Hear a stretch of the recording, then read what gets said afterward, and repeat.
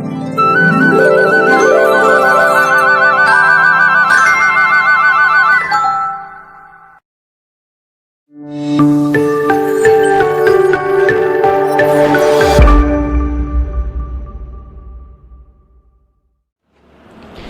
semua, terima kasih sudah mendengarkan podcast Sensasi Selayang Romansa Siswa Semandi. Perkenalkan, nama saya Bintang Farizah Rusdani dan partner saya Pida Aprilia. Kami dari SMA Negeri 1 Sukodadi, Lamongan. Kami adalah generasi penerus bangsa, selayaknya bibit tanaman yang mereka sangat pagi untuk menjemput matahari. Kami pergi menimba ilmu tatkala ayam belum payah berkokok, menginjakkan kaki di tangga angkot yang seketika membuat dunia terasa mengkerut, sesak. Meski begitu aku senang, menyenangkan karena lewat jendela angkot tampak juga manusia berseragam sekolah yang sedang berusaha mencapai tujuannya. Dengan gagah menstarter motornya atau mengayuh sepeda sambil menikmati angin yang menerpanya, seakan-akan wajahnya akan semakin tampan. Ketika sampai di gerbang sekolah, kami saling menyapa, menebar senyum, memperlihatkan gigi yang tidak putih sempurna. Sekolah adalah tempat yang membosankan sekaligus menyenangkan.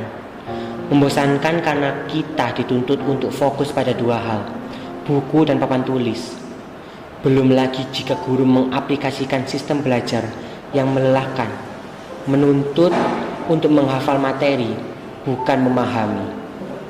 Padahal itu yang kami rasa lebih efektif untuk menjadi solusi. Menyenangkannya sebab kita bisa bergurau dengan teman, berdiskusi dengan guru, membahas sesuatu yang sebenarnya bukan permasalahan.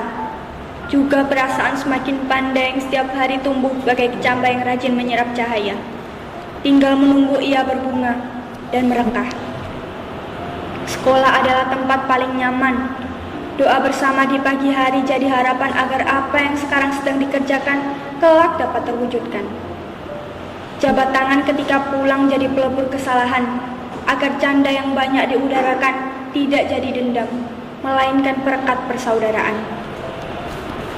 Tapi ketika makhluk kecil bernama Corona yang setiap hari mengudarakan berita kepergian, membuat semua yang awalnya baik-baik saja kini jadi memburuk. Sesuatu yang harusnya selalu indah kini jadi sebuah harapan agar keadaan kembali seperti semula. Tidak ada lagi kalimat, ayo berangkat sekolah. Yang ada hanya buka HP-mu dan mulailah sekolah. Tenaga pendidik dan murid dipaksa melek teknologi. Keuntungan bagi aplikasi belajar online, kehancuran bagi murid dari keluarga yang tak berpunya seperti kami. Handphone Nokia tidak berguna. Kuota 10 GB tak cukup untuk sebulan saja. Ekonomi keluarga dituntut untuk tidak goyah. Mata payah harus mengindra smartphone terus-terusan.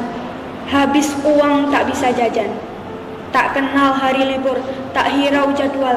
Tugas berdatangan seperti kapal yang menepi dari lautan. Keinginan rebahan jadi tantangan agar belajar tetap jadi kegiatan. Di rumah disuruh ini, ketemu tetangga dimintai tolong itu, tapi tetap belajar jadi tujuan yang utama. Nilai rapor jadi semakin membayang, tidak tahu hasil sendiri atau contekan. Yang penting naik kelas, kini jadi ideologi sebagian orang. Tapi di keadaan ini, penggambaran dari Merdeka Belajar semakin terlihat jelas.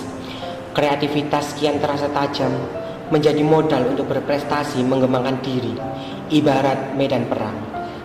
Cara cerdas dan buah inovasi jadi senjata bagi murid seperti kami. Dunia digital kian jadi kawan. Teknologi semakin menunjukkan manfaat akan eksistensinya, membuktikan bahwa buah teknologi seperti smartphone bukan sesuatu yang harus dihancurkan hanya karena sebagian orang sibuk bermain game online. Tapi smartphone layaknya kayu bakar dalam perapian, dimanfaatkan untuk menyalakan keberhasilan. Kondisi ini membuat kami semakin kuat dan berhenti untuk mengeluh, sebab berani beradaptasi untuk bertahan di keadaan merupakan eksekusi paling benar dan mengagumkan. Hari ini, ketika dunia mulai sembuh, masyarakat berpegang tangan saling menyembuhkan. Corona belum kalah, tapi harapan untuk hidup seperti semula mulai terbit walau secercah. Walau dibandingkan dengan yang lalu, kehidupan dijalankan sangat berbeda. Kehidupan saat ini dinamakan era new normal. Muncul istilah-istilah baru di dunia pendidikan. Daring, luring. Era yang serba baru, terutama bagi kami generasi muda. Mulut yang biasanya menjadi instrumen dikala diskusi dan melempar gurau, kini dibekap oleh selembar kain yang katanya salah satu penyelamat. Sekolah dilakukan ganjil genap sesuai nomor absen. Yang ganjil luring, yang genap daring. Yang genap luring, yang ganjil daring. Yang entah kenapa keadaan itu menciptakan batas di antara para murid. Yang tidak absen ganjil terasa jadi musuh. Yang bukan absen genap terasa jadi kawan baru. Murid yang rajin akan mencari sumber belajar lain, sedangkan murid yang pemalas akan sangat tahu apa yang harus dilakukannya. Bukan mulai belajar, tapi tiduran. Deret bangku berjarak tampak bolong-bolong seperti anak TK yang baru saja kehilangan giginya. Tenaga pendidik dituntut untuk bisa menghandle banyak pekerjaan. Ingin mengeluh, tapi tahu betul mengeluh tidak akan membuat kesulitan menjadi ringan. Pada era ini kita disadarkan bahwa Sang Pencipta untuk terus berdoa, mengingat dan selalu mendekatkan diri kepadanya. Selembar kain yang membekap mulut ini seolah mengingatkan akan senantiasa menjaga lidah agar kita tidak mudah bersilat lidah membicarakan keburukan orang yang dapat merusak persaudaraan. Kebersihan menjadi poros dalam hidup ini.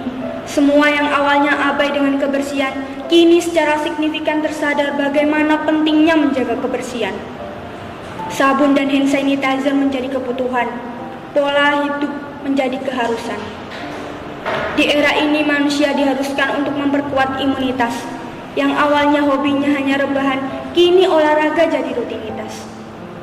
Semua manusia tersadar mencegah lebih baik daripada mengobati. Di keadaan ini mengajarkan kita untuk selalu berjuang, ingat pada Tuhan dan terus bersabar.